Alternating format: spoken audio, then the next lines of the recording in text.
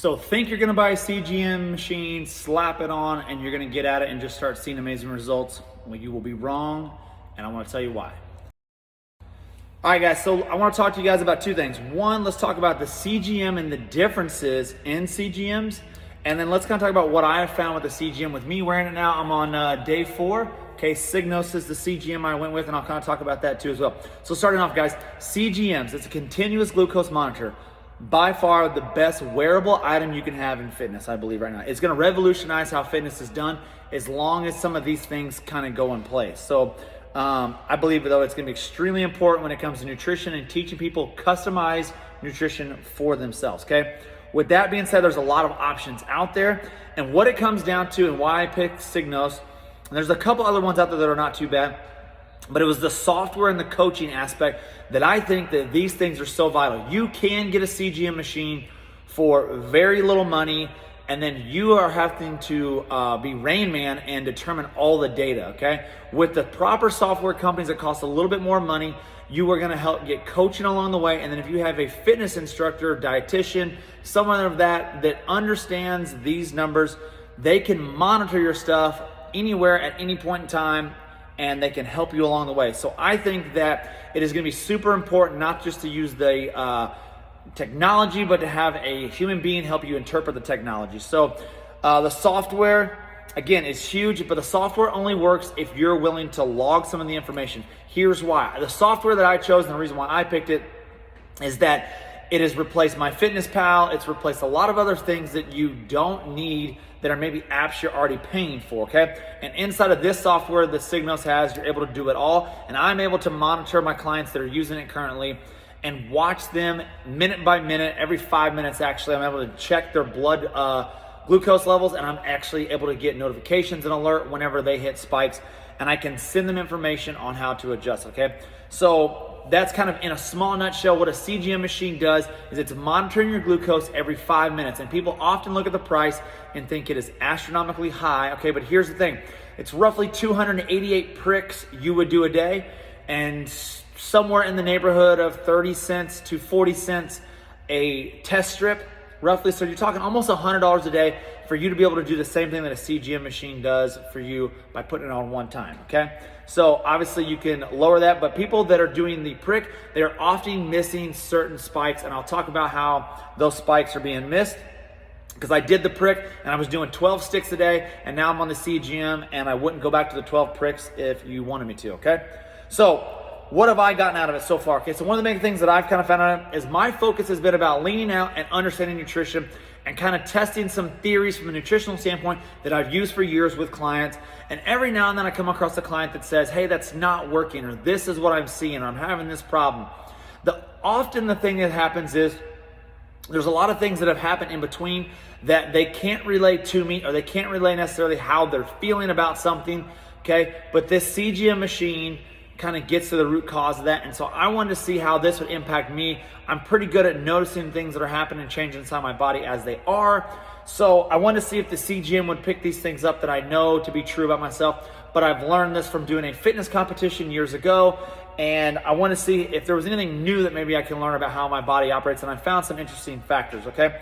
So starting off, I haven't changed a single thing about my diet. I have continued to tell myself that if it is something that I've eaten before or something that I enjoy, I'm not going to deprive myself of that, and I'll still have it, and I didn't want to change any routines. It's very easy to throw the CGM machine on and immediately start changing everything you do and hop into a diet plan. The reason why I think that is a bad thing to do, and my clients, I don't ask them to do that, is that there may be some things that you're eating that have not been inhibiting or affecting or impacting essentially your fitness, and they're part of your routine. So if they're part of your routine and they're completely fine, let's not remove those items, okay? And there may be some items that you're eating that you think are good or good choices, and they're severely impacting you, and they are causing big changes and an inability for you to see results, okay? So I'm on my day 5 right now, and I want to talk about a few things that I've seen, bad foods and responses to my body, okay? So one of the things that I've seen the most, which is really quite interesting, is I have always been a person that's not a big keto, high protein, high fat eater, things of that nature. One of the things that I've noticed is a few items that I've eaten in the past have given my body a response that has not been comfortable, but not so uncomfortable that I thought it was a problem, okay? I just assumed, and I usually chalked it up to, okay, it's a greasier item or it's a protein of some sort that you don't eat a lot of, and that's probably what it was, okay? So, interesting enough, I had eaten some carbohydrates one day, and then the next day I told myself, I'm gonna cut back the carbohydrates today, and I'm gonna try to go more of a keto style, more of a high protein, whatever you wanna call it, okay? And so I chose that I was gonna be eating bratwurst, plain original bratwurst, mustard only, no bun. I was gonna be eating basically meat items, strictly red meats and pork and things of that nature. And what I found is, eating the bratwurst, I had a massive spike, and I say massive because it went from 89 to 130, 135, okay? Now, I know a lot of people out there will say that's not a massive spike, or grant that there was a point shift that I didn't expect. I did not expect a glucose change to happen with eating a straight up protein source, original bratwurst, nothing else in it, all right, mustard only. And so there was a spike that had happened in my blood sugar at that time. I then became having a slightly upset stomach. Gas started kind of being a problem for me. And then I kind of went out the other day and I tried it again later in the day, okay? Thinking, well, maybe it was just a fluke thing or maybe it was a timing perspective, okay? Ate it again and same response happened again. Upset stomach, a little bit of gassiness, kind of had a bloated feeling. Blood sugar was in the 130s, 137, somewhere like there, okay? So I kind of took that as a note. Inside of the app, there's an option for me to be noting all these things that are happening. I can log my food, see where it started, and see at what point in time these responses started to happen, okay? Later on the day, I went about my way, and I actually had a bunch of deer meat, incorporated the deer meat in. Again, it was just the deer meat, didn't add anything to it. I ate the deer meat straight up, and I had a blood sugar spike that was 84, and I went to 128. Again, not massive, I didn't range as high as the bratwurst, but still had a spike and found it to be very interesting. My stomach had an upset feeling again a little bit and then moved on. Now there's some gut microbiome and things of that nature that could be going on, but these are notations. Before we get into that crazy science and think about that, people will jump into all different conclusions. At the end of the day, what I think about is if I eat it, it makes my body feel that way, and then it responds to my glucose, and I kind of feel like crap, then let's maybe not have that in our diet. Pretty simple, right? So we can get into the science of the gut microbiome and all this and that, but at the end of the day, if you eat it, bad response, bad feeling, and your weight changes. I saw a little bit of a weight increase the day after this too. So if we see all these things, let's kind of remove the science aspect from it and just think about if that's causing these things, maybe not something good to have in my diet. The other spike that I had, which this is not something we focus on when it comes to the glucose, right? There were several other spikes that had happened throughout the days for other things. One of them being that when I took a shower, okay, I had a blood glucose spike, all right? Again, thought it was random. The next night, thought I would do the blood glucose check again, or I just naturally did it. Took a shower again, and I had a blood glucose spike again from taking a hot shower. So both time hot showers, interesting enough that I was able to notate that when I took the hot showers, I actually had less deep sleep. Okay, so again, with the blood glucose monitoring, and most of my clients, we are not focusing on these other elements that are outside of nutrition to start off with. Later on the road, down the way, once we get nutrition figured out, then we may focus on those other areas, okay? Simple one, which this one I kind of expected, but not as high, was oatmeal with a little bit of brown sugar.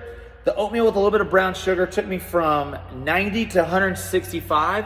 Okay, now it was a instant oatmeal, so I'm planning on trying out some other oatmeal solutions that people often say are healthier options and things of that nature.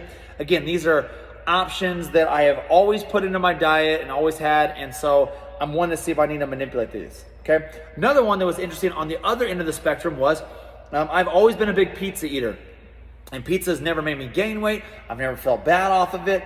It was interesting enough that I had done a blood glucose check weeks before I ever got on the CGM, okay? And on the CGM, when I ate the pizza this time versus the time before, I had similar readings that I did with a regular glucometer, so pricking my finger and going on. So I ate an entire pizza and I started at 86, and I didn't break 123 ever on my blood glucose spiking, okay? So I've always had people, and I've told people that pizza is my go-to when it comes to my cheat meals, okay? And I don't like burgers and I don't like things of that nature. I've never had an exact why, maybe a blood glucose or data to go off of, but now I have some data that's kind of showing me different reasons why I may have a weight gain on days after eating cheeseburgers, red meat, and steaks, where on my days I eat pizza, and people watch me eat pizza and they're like, God, Grant, you're always eating pizza. Well, I always eat pizza because the next day, I feel good when I eat it. I don't feel bogged down. I don't have any weight gain. I have massive energy the day after working out. So there's always been these people that have had these perceptions and ideas of why certain foods and all this science behind it all, okay? If we simplify it all, guys, you're able to, with this CGM, figure out some of the simplicity of it all right, when it comes to eating stuff, okay? Ideally, this is all being helpfully done through coaching that I'm doing with clients, that as these numbers come about, I can help them find the reasons on why these numbers look the way they are. Okay, I'm using a coach too as well through the company, and they're helping me coach me through it and help really finite all the details of it. I'm working with some physicians as well, some other nurses and dietitians that I've talked to that understand this stuff and how to really take this to help people out in a big way.